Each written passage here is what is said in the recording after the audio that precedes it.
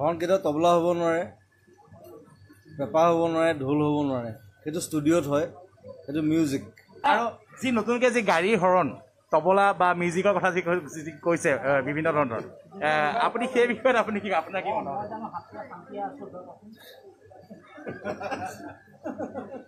সেইটো মোৰ কাৰণে হাস্যকৰ, কিন্তু কাৰণ হৰ্ণ সদায় হৰ্ণ হ'ব লাগে। হৰ্ণ কেতিয়াও তবলা হ'ব নোৱাৰে, পেঁপা হ'ব নোৱাৰে, ঢোল হ'ব নোৱাৰে। সেইটো ষ্টুডিঅ'ত হয়, সেইটো মিউজিক। মিউজিকটো কেতিয়াও হৰ্ণ হ'ব নোৱাৰে। যদি হৰ্ণ মিউজিক হৈ যায়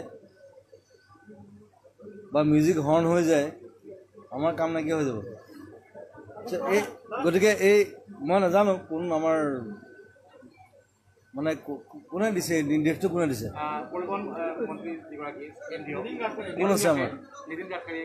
হা, কোন?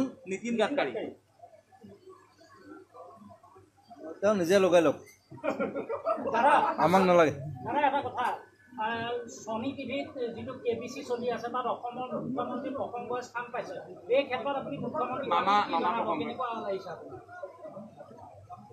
কৌন বনেগা কৰ'ৰপতি অমিতাভ বচ্চনৰ এটা প্ৰশ্নই স্থান পাইছে, যিটো হিমন্ত বিশ্ব শৰ্মা মামাৰ এটা প্ৰশ্ন উত্থাপন হৈছিলে। তাৰ আগতে মোৰ নাম ওলাইছিলে তাত। ৰূপক দা কি ক'ব?